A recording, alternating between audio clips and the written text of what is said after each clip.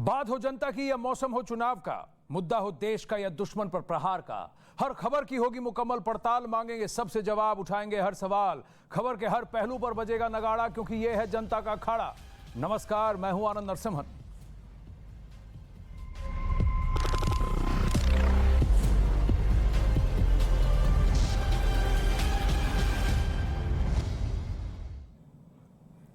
अखाड़ा की आज शुरुआत पश्चिम बंगाल से, जहां के बीरभूम में तृणमूल कांग्रेस के नेता की हत्या के बाद भड़की हिंसा से बहुत बड़ी जुड़ी हुई खबर आ रही है। इस हिंसा में 9 लोगों की मौत हुई थी।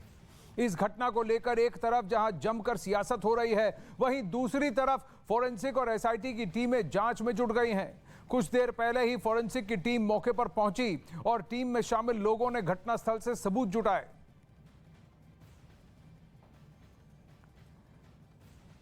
लेफ्ट, कांग्रेस, बीजेपी सब ने हल्ला बोल किया है ममता बनर्जी पर और तृणमूल कांग्रेस पर कि बंगाल में आखिर हो क्या रहा है।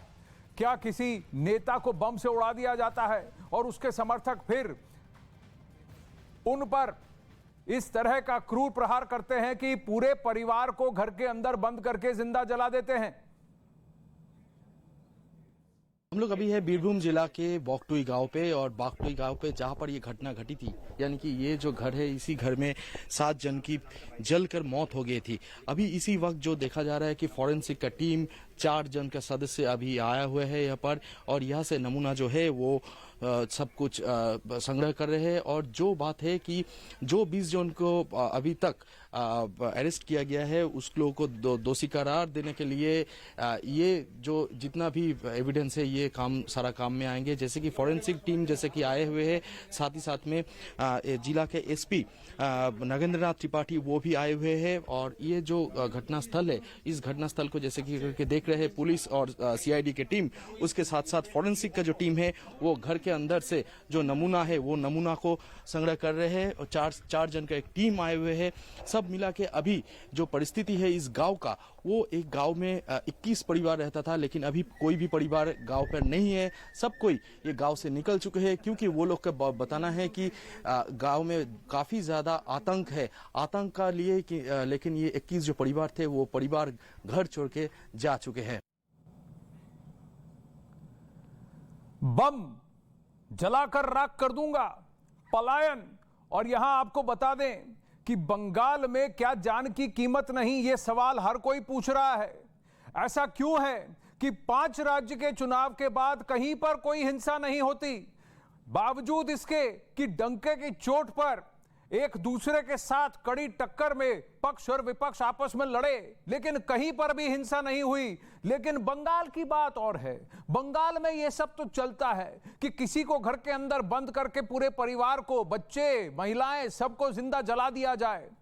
अगर कोई आपका समर्थक नहीं हो, आपका विपक्ष पर बोले या किसी दूसरी पार्टी का समर्थन करे, तो फिर चुनाव के बाद उसे दौड़ा दौड़ा कर पूरे गांव में और पूरे पाड़ा में उसको मार दिया जाए और उसके साथ बलात्कार किया जाए, लूटपाट किया जाए और उसे पलायन करने पर मजबूर किया जाए। अब इस गांव में जिस जगह का नाम रामपुर हाट है, वहां पर 21 परिवार पलायन कर चुके हैं। एक परिवार को दरवाजा बंद करके उनके घर के अंदर जिंदा जला दिया गया। एक वहां के लोकल तृणमूल कांग्रेस के नेता को बम से उड़ा दिया गया। इस तरीके का बम बंगाल हो गया है, यह सवाल पूछा जा रहा है। वहां के राज्यपाल जगदीप धनखड़ ने भी एक चिट्ठी लिखी है, जहां कहा है कि जिस एसआईटी का गठन किया गया है, उस एसआईटी पर ही उन्होंने सवाल खड़े कर दिए हैं। बादल देवनाथ तृणमूल कांग्रेस के हमारे साथ हैं, प्रियंका टिब्रेवाल बीजेपी की हमारे साथ है।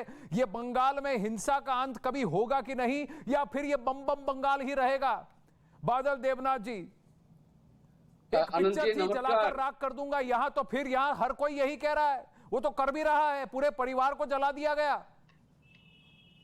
आनंद जी नमस्कार। मैं जो कहना चाहता हूँ, सुबह से 11 बजे से अब तो रात 8 बजे तक मेरा लाइव चल रहा है। मैं ये कहना चाहता हूँ, ये घटना 2-3 साल पहले हुआ था। उसके बाद कोई बदला लेने के लिए भानु शेख टीएमसी के उप प्रधान है, उसको मार दिया। उसके बाद उसका कोई लोग लिए एक घर को जला दिया। मैं ये मर्मांतिक दुखजनक घटना है। और आज अभी 1 बजे ममता बनर्जी नेताजी इंडोर स्टेडियम में उन्होंने एक टिप्पणी किया, बयान दिया, जिस घटना को हम सब निंदा करते हैं। और उसके बाद में जो ये कोई पॉलिटिकल एक्शन नहीं है, और जो लोग मारा गया है वो टीएमसी के कार्यकर्ता है, जो समर्थक है वो भी टीएमसी के समर्थक है, और जो 8 लोगों को जला दिया वो भी टीएमसी का है। मैं ये कहना चाहता हूँ कि न्यूज़ 18 के माध्यम से पूरे देशवासी को, ऐसा ना होता तो अच्छा होता, अगले दोबारा ना होगा, तो इसलिए प्रशासन भी कड़ी नजर से देख रहा है। और एसपी वहां पर है, एक साल पहले हजारों लोगों को अपना घर, अपना गांव, अपनी जमीन सब छोड़कर जाना पड़ा क्योंकि वहां पर चुनाव खत्म हो गए थे और उन्होंने बीजेपी का समर्थन किया था, तो लूटपाट हुई थी, तो विपक्षी कहकर 48 घंटे की छूट मिल गई थी उनको, और ये बहाना दिया गया कि भाई सरकार तो है ही नहीं क्योंकि ममता बनर्जी वापस लौटी है, लेकिन सरकार तो है ही नहीं। उत्तर प्रदेश में तो पिछले 4, 5, 6 दिनों से, कम 10-15 दिनों से सरकार तो है ही नहीं, लेकिन फिर भी क्या यहां पर बवाल हो रहा है? ये सवाल पूछा जा रहा है बादल देवनाथ। अब आप खुद कह रहे हैं कि तृणमूल का नाम तृणमूल है, ये तृणमूल के काडर ही तृणमूल के काडर को मार रहे हैं, तृणमूल के काडर ही तृणमूल के नेता को मार रहे हैं। नहीं, ऐसा बात नहीं है। कोई तृणमूल के कैडर, तृणमूल का, हाँ, तृणमूल के लीडर के ऊपर आक्रमण हुआ, तृणमूल लीडर को मार दिया गया, तृणमूल के समर्थक को मार दिया गया, जला दिया गया। ये दुख बात का है। आपने क्या कहा? मरने वाले तृणमूल के, मारने वाले तृणमूल के, नेता तृणमूल का, जो परिवार था वो भी तृणमूल का समर्थक। बात तो सुन लीजिए, बात सर, बात सवाल क्या, जवाब तो ले लीजिए सर। मैं जो कहना चाहता हूं, जो 5 टीम यहाँ पर जांच के लिए सेंट्रल गवर्नमेंट ने भेजा, मैं अमित शाह को भी अनुरोध कर रहा हूं, आप भी आइए, देखिए। और वहां पर जो घटना हुआ, ये कोई जो जा रहा है उसको तो रोक दिया गया है, जो भी जा रहा है वहां उसको तो रोक दिया गया है। जिस एसआईटी का गठन किया गया उस पर ही गवर्नर धनखड़ सवाल उठा रहे हैं कि ये लोग क्या करेंगे, तो कड़ी निंदा के आगे आप कुछ करेंगे? ये लोगों के हाथ में ऐसे बम कहां से आ रहे हैं? लोगों में इतने उद्दंड कैसे हो गए? लोगों को लगता है कि भाई ये मेरे विपक्ष का है, मुझे इससे बदला लेना है, या मैं इससे एग्री नहीं करता हूं तो मैं इसको जिंदा जला दूंगा और परिवार समेत जला दूंगा। और फिर तृणमूल कांग्रेस के डिस्ट्रिक्ट प्रेसिडेंट ने क्या कहा? तृणमूल कांग्रेस के बीरभूम के डिस्ट्रिक्ट प्रेसिडेंट ने क्या कहा? टीवी फटने से, शॉर्ट सर्किट से टीवी फटा और आग लग गई, इसीलिए परिवार जल गया। ये कहा है अनुव्रता मंडल ने, न्यूज़ 18 बांग्ला को कहा है। जिला अध्यक्ष क्या बोला उसके ऊपर आप बयान दे रहा है। ममता दीदी ने क्या कहा वो पहले बताइए। पार्टी के सर्वभारतीय प्रेसिडेंट, चेयरमैन है, एक बंगाल के सीएम है, 4 बार का सेंट्रल मिनिस्टर था। और एक और चीज, बंगाल कलकत्ता हाईकोर्ट ने आज से 1 साल पहले वहां हुई क्रूरता को संज्ञान में लेकर कहा केस तो दर्ज कराइए, केस भी नहीं दर्ज की इसी पुलिस ने। और उस मुहिम को और उसकी पहल करने वाली प्रियंका टिब्रेवाल हमारे साथ हैं इस वक्त बीजेपी की। लेकिन मैं आशिका से जानना चाहूंगा कि आज भी कलकत्ता हाईकोर्ट ने इसका सुओ मोटो संज्ञान लिया है। 1 बजे से इसकी सुनवाई शुरू हुई है। आशिका बताइए क्या हो रहा है?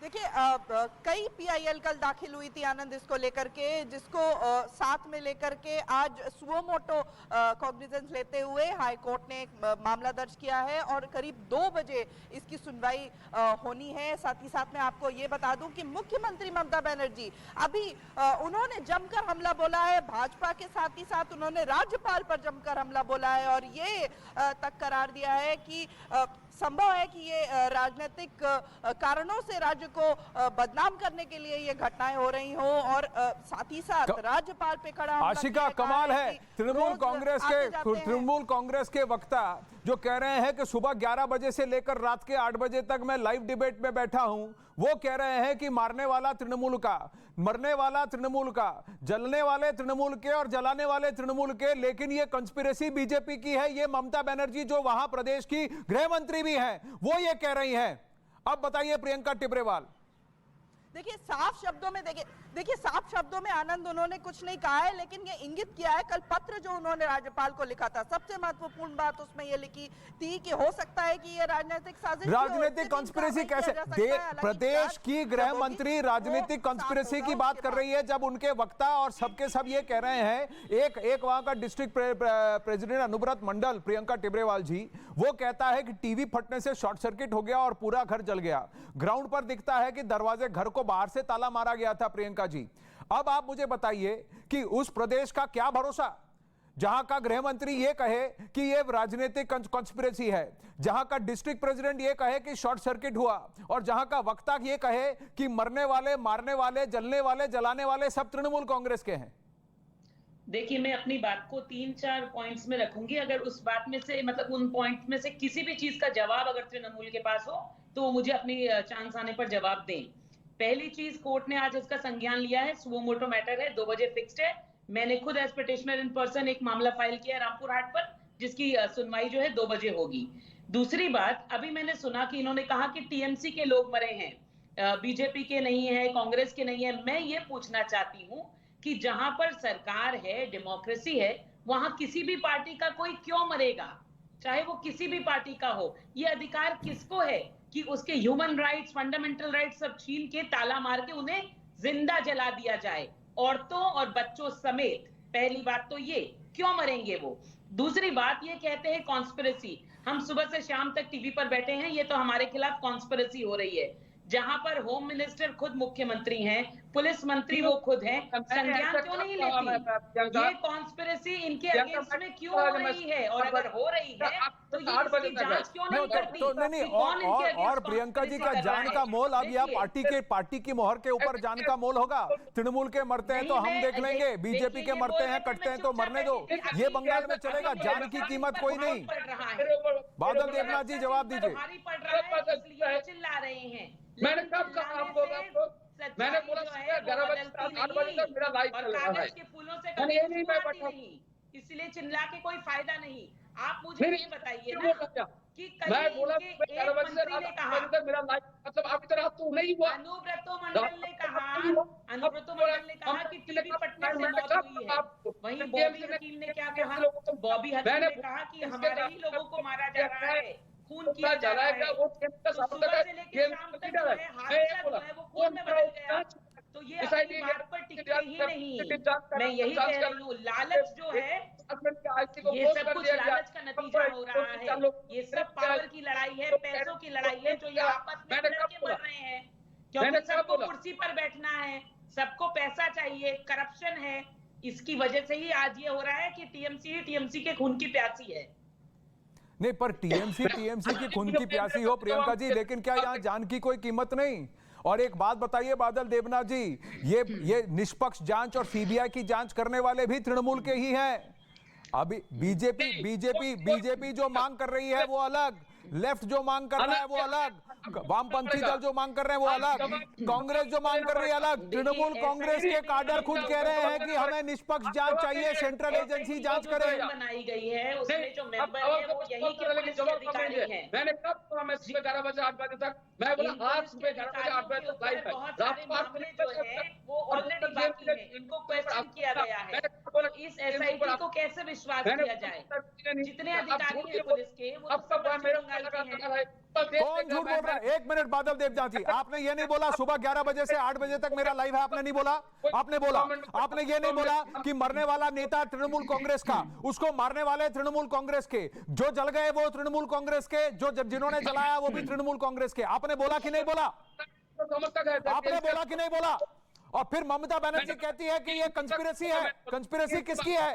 जब सब लोग तृणमूल कांग्रेस के हैं तो कंस्पिरेसी किसकी है? और मैं पूछ रहा हूं, तो क्या अगर तृणमूल कांग्रेस के हो या बीजेपी के हो, पार्टी चुनकर आप उनके जान की कीमत लगाएंगे क्या? पार्टी चुनकर आप किसी व्यक्ति के जान की कीमत लगाएंगे क्या? बंगाल में ये बम कल्चर, जलाने का कल्चर, भगाने का कल्चर, ये क्यों चल रहा है? मैं पूछूं तो गलत है क्या? कब तक ये हिंसा चलेगी? मैं पूछूं तो गलत है क्या? आप ये हवाला दे रहे हैं, आप ये नहीं, मैं आपसे पूछ रहा हूं बादल देवनाथ, आप खुश हैं? आप खुश हैं?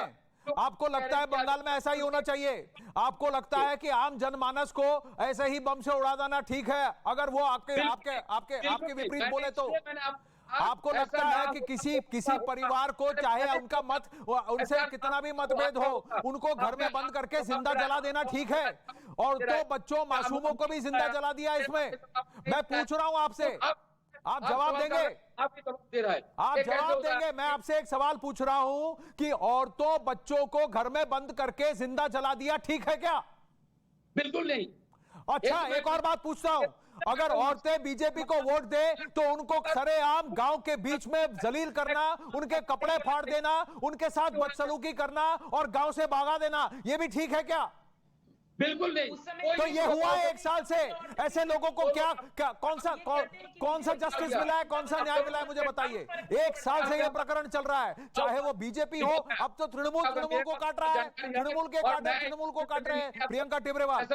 आप मुझे बताइए, क्या यही कोलकाता हाईकोर्ट नहीं है जिसने फटकार लगाई थी, इसी पुलिस को फटकार लगाई थी? क्या यही कोलकाता क्या यही कोलकाता पुलिस नहीं है, बंगाल पुलिस नहीं है, जिस पर कोई भरोसा तृणमूल कांग्रेस के काडर नहीं जता रहे? मैं यही तो कहना चाह रही हूँ कि ये एक निकम्मी सरकार है और निकम्मी पुलिस है इनकी, निकम्मी सरकार की निकम्मी पुलिस। जो मैं कहती हूँ भारतीय जनता पार्टी के कर्मी छोड़िए, कांग्रेस के कर्मी छोड़िए, अपने कर्मी को सुरक्षा नहीं प्रदान कर पाती, और सुरक्षा ही नहीं, उनकी मौत को जो है वो छुपाने की कोशिश करती है। कल फायर ब्रिगेड को वहां घुसने नहीं दिया, अनुब्रत मंडल ने घुसने नहीं देना चाहते थे।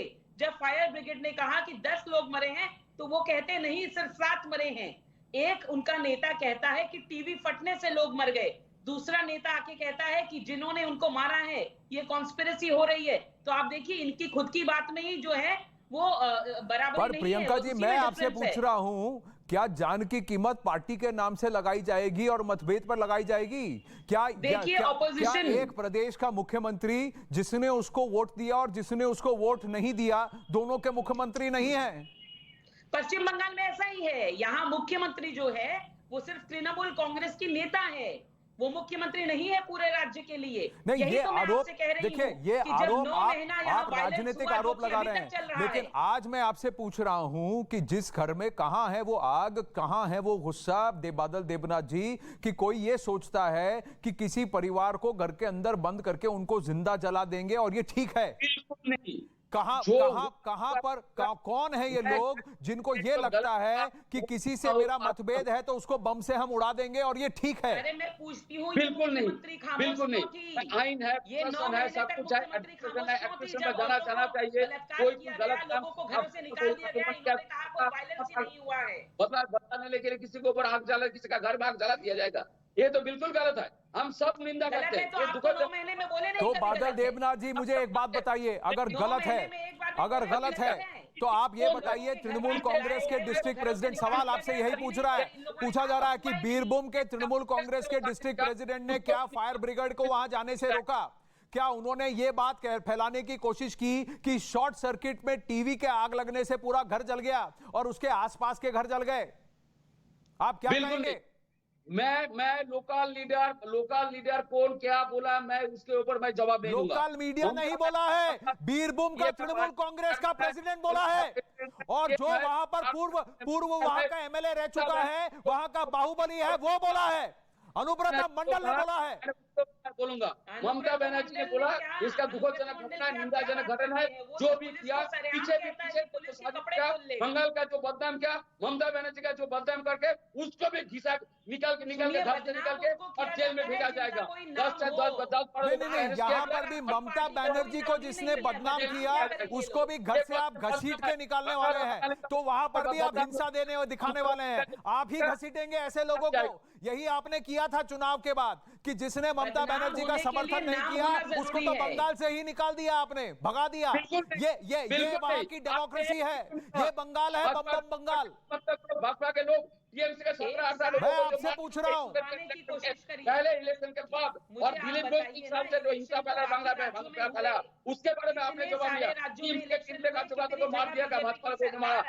मुझे एक बात बताइए बादल देवनाथ जी, मैं आपसे पूछ रहा हूँ कि प्रदेश की मुख्यमंत्री, प्रदेश की गृह मंत्री भी हैं, उन्होंने उन व्यक्तियों के खिलाफ क्या एक्शन लिया है अब तक जिन्होंने अब तक गलत बयानी की, जिन्होंने इन्वेस्टिगेशन में रोड़े अटकाए, जिन्होंने वहां पर आगजनी होने के बाद वहां पर जब दमकल विभाग पहुंचा तो उनको भी रोक दिया, उनको भी, और गलत बातें, गलत तथ्य मीडिया में फैलाई, उनके खिलाफ अभी तक कोई एक्शन हुआ है? नहीं हुआ है।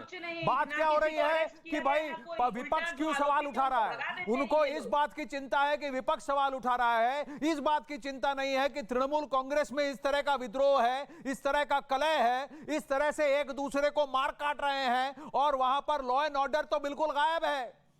आनंद जी, प्रियंका जी, मेरी एक बात सुनिए। ये कहते हैं एसआईटी जो है इसकी जांच करेगा। एसआईटी में कौन है? यही की पुलिस है। और ये पुलिस कौन है? अभी 2 हफ्ते पहले अनीस खान का खून हुआ था, उसका खून किसने किया? स्वयं पुलिस ने। पुलिस पर ही आरोप था, पुलिस को ही सस्पेंड किया गया, पुलिस ने ही खून किया, पुलिस ने ही पकड़ा, पुलिस के ऊपर ही आरोप था और पुलिस ही इसकी जांच कर रही है। तो आप बताइए पश्चिम बंगाल में क्या हो रहा है? ये तो हिंसा और मौत का, ये तो हिंसा और मौत का ऐसा तांडव चल रहा है कि ये कब खत्म हो। अब राज्यपाल, मुझे ब्रेक लेना होगा, लेकिन ब्रेक से पहले राज्यपाल जगदीप धनखड़ ने हिंसा के बाद पश्चिम बंगाल की मुख्यमंत्री ममता बनर्जी और वहां के राज्यपाल, इन दोनों के बीच में काफी कहासुनी हो रही है।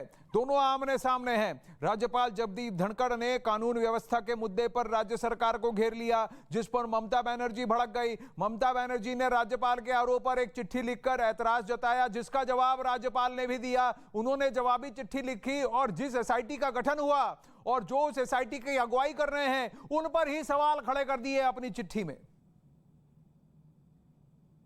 बंगाल में हिंसा का अंत कब होगा, यह प्रश्न तो बना रहेगा। इस पर भी हम बने रहेंगे, लेकिन मिलेंगे एक छोटे से ब्रेक। अखाड़ा में आपका स्वागत है। न्यूज 18 के वॉर रूम से अब रुख रूस यूक्रेन महायुद्ध का, जहां पर अब रूस ने ये तक कह दिया है कि अगर उनकी आन बान शान और अस्तित्व पर आ पड़े तो वो परमाणु हथियार का भी इस्तेमाल करेंगे। इस वक्त एक बहुत बड़ी खबर आ रही है कि ये एक ऑर्डर होगा और दुनिया खत्म हो जाएगी, लेकिन इस महायुद्ध का एक और पहलू, लुहांस्क में तेल डिपो पर हमला हुआ है। हमले में तेल डिपो में भीषण आग लगी है। तो अब लुहांस्क में भी फ्यूल सप्लाई लाइंस, यानी तेल की सप्लाई और तेल की डिपोज जो कि यूक्रेनी सेना को सप्लाई कर रही होंगी, उन पर अब आक्रमण किया गया है। लेकिन लुहांस्क इस प्रांत में, इस जगह पर कई जगह रूस ने भी कब्जा कर लिया है। तो क्या ये सप्लाई लाइंस, ये तेल का डिपो रूस का था या ये यूक्रेनी सेना के अभी भी अधीन था और उसकी मदद कर रहा था, ये खबर अब आएगी। लेकिन ये जो तस्वीरें हैं ये आपको दिखाएंगी कि किस तरह से एयर स्ट्राइक कर कर तेल डिपो को उड़ा दिया गया है। काफ़ी दूर से लिए गए हैं ये चित्र, किसी रिहायशी इलाके पर से, वहाँ पर ये तस्वीरें हैं, वहाँ से ये तस्वीरें ली गई हैं। लेकिन आप देखिए कि किस तरह से धमाका होता है और धुएं का एक बहुत बड़ा विशाल का गुबार ऊपर उठता है और आसमान की तरफ दौड़ता है, एक पेड़ जैसा बन जाता है। देखिए आप जिस तरह से इस ब्लास्ट का रिएक्शन है, आप देखिए।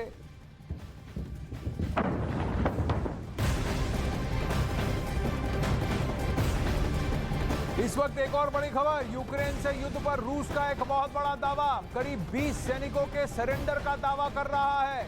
यूक्रेन के 20 सैनिकों ने सरेंडर किया, ये दावा कर रहा है रूस। 24 घंटे में 20 सैनिकों का सरेंडर ऑलरेडी हो चुका है, ये रूस का दावा है। ये साइऑप्स और काउंटर साइऑप्स, जहां यूक्रेन दावा करेगा कि रूसी सैनिक पलायन कर रहे हैं, वहीं अब रूस दावा कर रहा है कि यूक्रेन के सैनिक घुटने टेक रहे हैं और उन्होंने सरेंडर किया है। 24 घंटे में 20 सैनिकों ने सरेंडर किया है, ये दावा किया जा रहा है जब रूस ने अपने हमले की तीव्रता बढ़ा दी है, अपने आक्रमण की इंटेंसिटी को और बढ़ा दिया है। और इस इंटेंसिटी को वो तब तक बढ़ाता रहेगा जब तक कि वो कीव, चर्नीव, खार्किव, इन सब शहरों पर कब्जा नहीं कर लेता, यूक्रेन पर कब्जा नहीं जमा लेता। वोलोदिमीर ज़ेलेंस्की घुटना नहीं टेकते, हार नहीं मानते, तब तक व्लादिमीर पुतिन नहीं पीछे हटने वाले। यहाँ पर जब नेटो देश अमेरिका की अगुवाई में शिरकत करने पर आगे बढ़ रहे हैं, कई सारी बातें हो रही हैं, वहीं रूस ने अब एक बहुत बड़ा दावा किया है कि अगर हमारी आन बान और अस्तित्व पर आ पड़ी तो हम परमाणु हथियार का भी प्रयोग करेंगे। लेकिन इस वक्त यूक्रेन में तबाही का मंजर है, हर तरफ आग है, मलबा है। और अब इस महायुद्ध से एक और खबर, लुहांस्क में तेल के डिपो पर हमला और हमले में तेल के डिपो में भीषण आग लगी है। ये अभी की खबर है कि फिर से वही युद्ध नीति कि फ्यूल की सप्लाई लाइन, जहां से तेल की सप्लाई होती है, उन डिपोज को पहले उड़ा दिया जाए ताकि आर्मी की गाड़ियों को तेल की सप्लाई ना हो सके। तेल की सप्लाई नहीं होगी तो ये बख्तरबंद गाड़ियां, ये टैंक, ये आगे नहीं बढ़ पाएंगी और जहां हैं वहीं धरी की धरी रह जाएंगी। तो ये एक युद्ध नीति के तहत अब तेल की सप्लाई लाइंस को भी टारगेट किया जा रहा है। हर शहर में, हर प्रांत में यही युद्ध नीति रही है। अब वहीं जर्मनी में रूस का हमला, रूस ने ब्रिज पर बमबारी की है। रूसी हमले में पुल तबाह हो चुका है। ये चर्नीव का ये पुल है जो उसे कीव शहर से जोड़ता था। तो अब धीरे धीरे सारे लिंक्स तोड़ने की रणनीति अपना रहा है रूस कि एक शहर से दूसरे शहर को आप जोड़ नहीं सकेंगे, यूक्रेनी सेना का मूवमेंट नहीं हो पाएगा और रूस धीरे धीरे सभी शहरों को आइसोलेट करेगा। हम आपको बताना चाहेंगे कि चर्नीव जैसे शहर अमूमन ज़्यादातर खाली हो चुके हैं। वहाँ के रहने वाले वहाँ से पलायन कर चुके हैं। कीव में भी अभी फिलहाल दावा यह है कि करीब 10 लाख लोग अभी भी मौजूद हैं कीव में, लेकिन रूस का ये मानना है कि पिछले 28 दिनों में अब ज़्यादातर लोग इन बड़े शहरों को छोड़कर या तो यूक्रेन छोड़ चुके हैं या यूक्रेन के पास बॉर्डर्स पहुंच चुके हैं या फिर गांव दूर इलाकों में वहां पर शरण ले चुके हैं। ये बड़ी खबर, युद्ध में यूक्रेन का बहुत बड़ा दावा कि रूस को बहुत भारी नुकसान हुआ है। ये दावा रूस के 15,600 सैनिकों की मौत का दावा, रूस के 101 विमान गिराने का दावा यूक्रेन का, रूस के 124 हेलीकॉप्टर गिराने का दावा, रूस के 517 टैंक तबाह करने का दावा कर रहा है यूक्रेन, रूस की 1008 बख्तरबंद गाड़ियां तबाह करने का दावा कर रहा है यूक्रेन। युद्ध में यूक्रेन का ये बहुत बड़ा दावा है, जबकि रूस का कहना है कि वो करीब 40 से 45% यूक्रेन की जमीन पर कब्जा कर चुका है। लगभग पूर्वी यूक्रेन को पूरी तरह से अपने कंट्रोल में ले चुका है। सिर्फ 2-3 बड़े शहर बचे हैं जिस पर उसका कब्जा करना बाकी है, जिसमें राजधानी कीव का नाम भी शुमार है। वहीं यूक्रेन का कहना है कि उसने व्लादिमीर पुतिन की रूसी सेना को भारी चोट पहुंचाई है। करीब 12 से 15 हजार सैनिक मार गिराए हैं, कई सारी उनकी तोपों को खराब कर दिया है, टैंक्स को बर्बाद कर दिया है और बख्तरबंद गाड़ियों को भी खराब कर दिया है।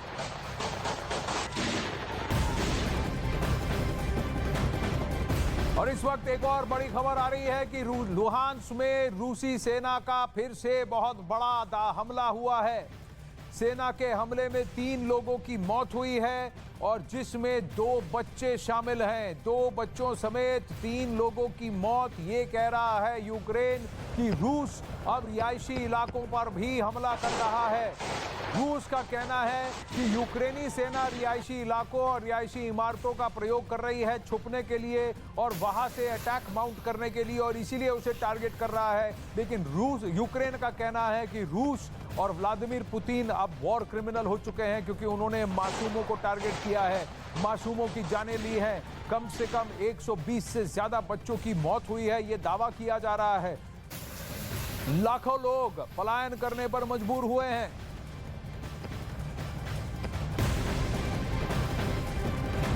इस वक्त एक और बड़ी खबर आ रही है महायुद्ध से जुड़ी हुई। रूस यूक्रेन युद्ध के बीच सुमे में भारी नुकसान हुआ है। यूक्रेन का दावा है कि सुमे में भीषण जंग चल रही है। भारी गोलाबारी में बड़े इलाके में आग लगी हुई है और लगातार जारी गोलाबारी में सड़क पर लड़ाई की वजह से आग बुझाना मुश्किल हो रहा है। लोगों को घरों में रहने के लिए अपील की गई है, अपने घर से बाहर ना निकले क्योंकि अब सड़क पर स्ट्रीट लेवल पर फाइटिंग शुरू हो चुकी है। ताबड़तोड़ बमबारी, अटैक और काउंटर अटैक, और ये अब सुमे शहर में हो रहा है। खार्किव, चर्नीव, सुमे, मारियुपोल, लुहांस्क और कीव, ये बड़े बड़े शहर हैं जिस पर रूस जल्द से जल्द कब्जा करना चाहता है। 28 दिनों में कीव की घेराबंदी तो कर ली लेकिन कीव पर कब्जा नहीं किया। चर्नीव की घेराबंदी कर ली, कब्जा नहीं कर पाया पूरी तरह से। सुबह में अब स्ट्रीट लेवल पर फाइटिंग, यूक्रेन का काउंटर अटैक। और बड़ी खबर आ रही है, रूस और यूक्रेन के बीच जंग अब भी जारी है। रूसी हमले में यूक्रेन के शहर तबाह हो रहे हैं। इन सब के बीच रूस के राष्ट्रपति व्लादिमीर पुतिन के प्रवक्ता दिमित्री पेस्कोव का बहुत बड़ा बयान सामने आया है। CNN को दिए गए इंटरव्यू में पुतिन के प्रवक्ता ने कहा कि अगर रूस के अस्तित्व पर खतरा हुआ तो परमाणु बम का इस्तेमाल कर सकता है रूस। हमारे अस्तित्व पर आ बनी तो परमाणु हथियारों का और परमाणु बम का भी प्रयोग हम करेंगे। पेस्कोव ने कहा कि रूस की सुरक्षा उसकी प्राथमिकता है जिसे पूरी दुनिया जानती है, और अगर ये हमारे देश के अस्तित्व के लिए खतरा होगा तो रूस परमाणु हथियारों के इस्तेमाल करने पर विचार करेगा। साफ है कि यूक्रेन में 28 दिनों से जारी जंग में अब परमाणु युद्ध की ओर एक करवट ली है। क्या अब ये तीसरे विश्व युद्ध में परिवर्तित हो जाएगा रूस यूक्रेन का ये महायुद्ध?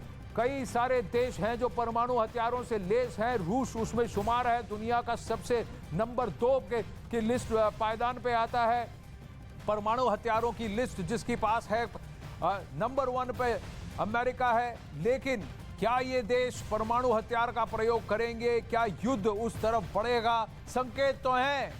इसकी वजह पूरी दुनिया दहशत में है, इसकी वजह से, इन बातों की वजह से। वहीं रूस के यूक्रेन पर परमाणु हथियारों से हमले की चेतावनी के बीच रूस की परमाणु ताकत के बारे में भी जानना जरूरी है।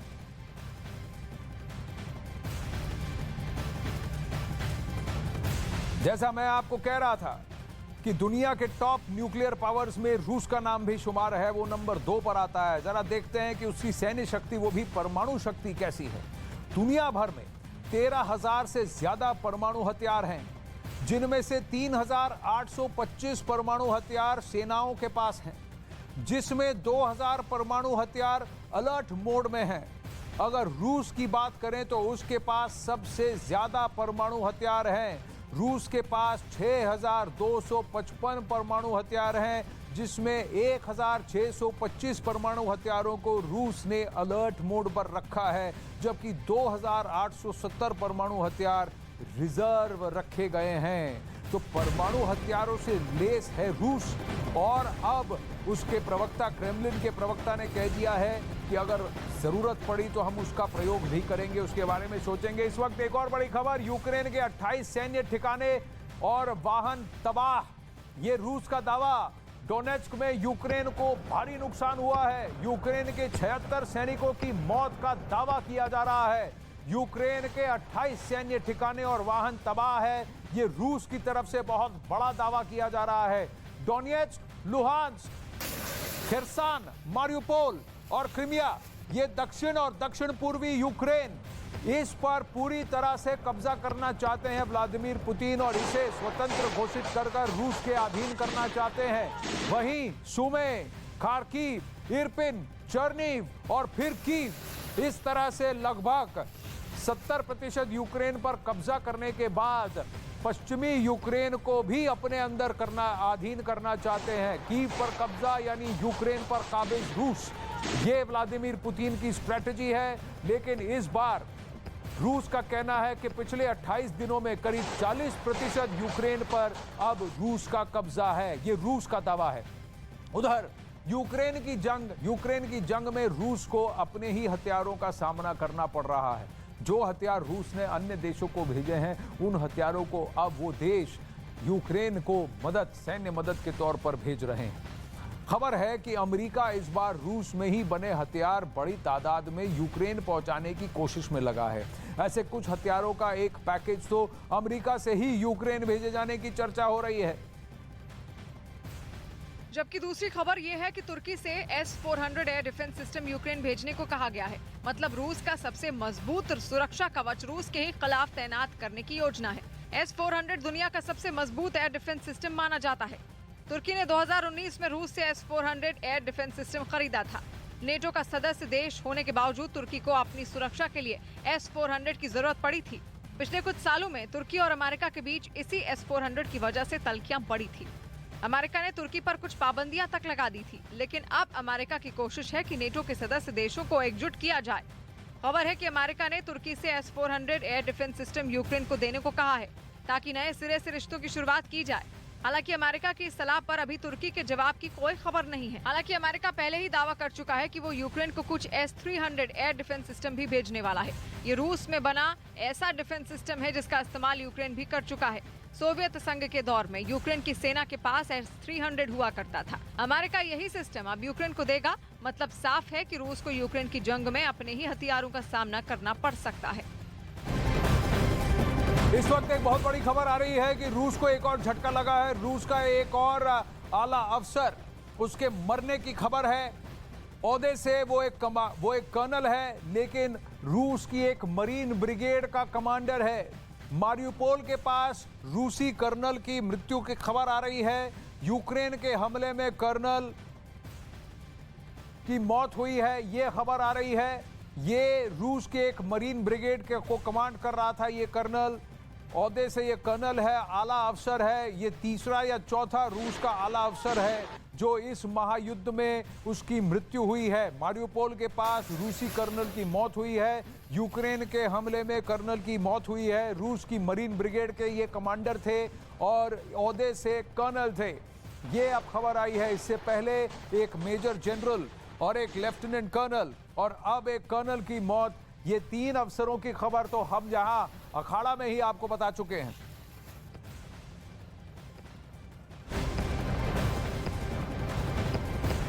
अब इससे पहले महायुद्ध से जुड़ी एक और खबर आई थी कि पुतिन ने अपनी सेना को न्यूक्लियर वॉर छिड़ने के हालात से निपटने के लिए तैयार होने का आदेश दिया है।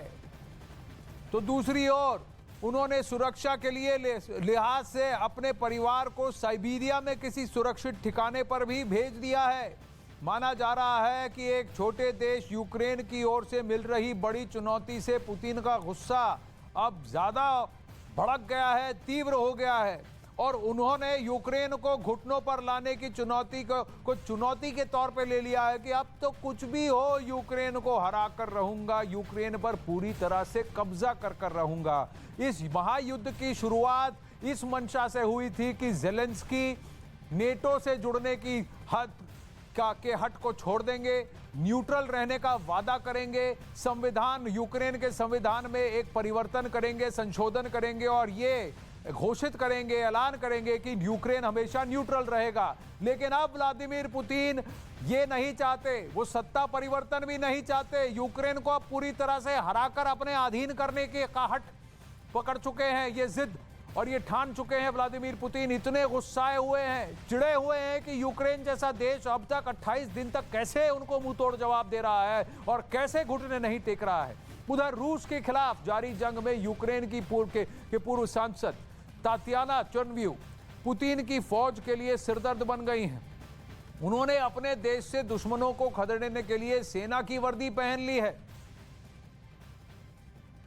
और राजधानी कीव पर कब्जे का सपना देख रही रूसी सेना से लोहा लेने के लिए मैदान में उतर गई। उन्हें एंटी टैंक मिसाइल यूनिट का जिम्मा सौंपा गया, जहां वो अपने मजबूत इरादों से दुश्मनों के टैंकों को तबाह करती दिखी। युद्ध के बीच यूक्रेन की सेना ने उनका एक वीडियो सोशल मीडिया पर भी जारी किया। इसमें वो अपने कंधों पर बड़े बड़े हथियार उठाती नजर आई। इतना ही नहीं, वो जमीन पर लेटकर एंटी टैंक मिसाइल से रूसी सेना के टैंक पर निशाना लगाती दिखी। उनके इस हमले से पुतिन की सेना का वो टैंक पूरी तरह से बर्बाद हो गया। Прицілилася, перший танк підбила. तेतियाना सांसद के अलावा पेशे से खोजी पत्रकार भी रह चुकी हैं। उनके पति भी वहां की सेना का हिस्सा रहे, लेकिन 2014 में क्राइमिया बचाने की जंग में उनकी मौत हो गई थी। हालांकि उस दौरान भी तेतियाना चुर्नव्यू ने रूस के खिलाफ हथियार उठाकर सभी को चौंका दिया था। तातियाना का जज्बा और ये वीडियो यूक्रेन और यूक्रेन की सेना को और प्रेरित करेगा कि वो डटकर लड़े और अपने हक के लिए, अपने देश के लिए लड़े। वोलोदिमीर ज़ेलेंस्की यही चाहते हैं, लेकिन यूक्रेन को बहुत बड़ा नुकसान हुआ है और परमाणु युद्ध के खौफ ने पूरी दुनिया को दहशत में भी डाल दिया है। रक्षा विशेषज्ञों का अनुमान है, और अनुमान क्या है कि 30 किलोटन के परमाणु बम से हमला किया गया तो 4 किलोमीटर तक पूरा इलाका बर्बाद हो जाएगा। 1000 किलोटन परमाणु बम गिराया गया तो 100 किलोमीटर तक पूरा इलाका तबाह हो जाएगा, नष्ट हो जाएगा और हर तरफ तबाही ही तबाही होगी। और एक बम गिरा यानी कई 100 बम गिरेंगे, क्योंकि कोई भी देश चुप नहीं रहेगा और जवाबी कार्रवाई होगी। और ये एस्केलेशन इतनी जल्दी बढ़ जाएगा कि हम तीसरे विश्व युद्ध को अपने सामने होता हुआ देखेंगे।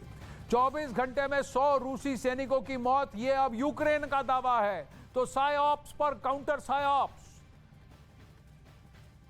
यूक्रेन युद्ध में यूक्रेन का बहुत बड़ा दावा। 24 घंटे में 100 रूसी सैनिकों की मौत हुई है, यह दावा कर रहा है यूक्रेन। कीव पर कब्जे की कोशिश तेज कर रहा है रूस, ये भी खबर है। ये यूक्रेन का दावा कि उसने 100 सैनिक मार गिराए, लेकिन 2 लाख से ज्यादा रूसी सैनिक इस वक्त यूक्रेन की सरजमीन पर हैं और इसी मंशा से है कि वो यूक्रेन को पूरी तरह से कब्जा कर लें। कीव पर फतेह, यही अब टारगेट है और इसी मंशा से अटैक की तीव्रता बढ़ा दी गई है। व्लादिमीर पुतिन अब ज्यादा दिन रुकना नहीं चाहते। उनका 15-16 दिन का मैक्सिमम प्लान था, ये तो 28 दिन खिंच गया और उनकी सरदर्द भी बढ़ गई है, उनकी मुश्किलें भी बढ़ गई हैं। वही महायुद्ध के बीच यूक्रेन ने एक और बड़ा दावा किया है। रूस के 40 राजनयिक अब हटाए गए हैं, पोलैंड से निकाले गए हैं 40 रूसी राजनयिक। सूत्रों के हवाले से बहुत बड़ी खबर है कि रूसी राजनयिकों पर जासूसी का आरोप किया जा रहा है कि नेटो और नेटो समर्थक देश क्या हरकत कर रहे हैं। इस हरकत के लिए पोलैंड से उनको निकाल दिया गया है, 40 रूसी राजनयिकों को वहां से हटा दिया गया है। सूत्रों के हवाले से खबर है। इससे पहले हमने आपको यही अखाड़ा में बताया था कि ब्रिटिश राज्य ने भी अपने सैनिकों को कहा है कि वो व्हाट्सएप का प्रयोग ना करें, व्हाट्सएप को बैन कर दिया है, क्योंकि ये कहा कि रूस व्हाट्सएप को हैक करेगा, सोशल मीडिया को हैक करेगा और दुश्मन के अटैक प्लान और दुश्मन की स्ट्रेटेजी को जानने की कोशिश करेगा। यही रूस का प्लान था और इसी संदर्भ में ये खबर आ रही है कि सूत्रों के हवाले से कि पोलैंड से 40 रूसी राजनयिकों को बाहर किया गया है। उन पर इल्जाम यह है कि वो स्पाई कर रहे थे, जासूसी कर रहे थे।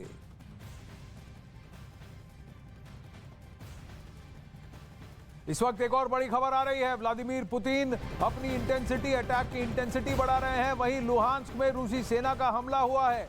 हमले में 3 लोगों की मौत हुई है, जिसमें 2 बच्चे भी शामिल हैं।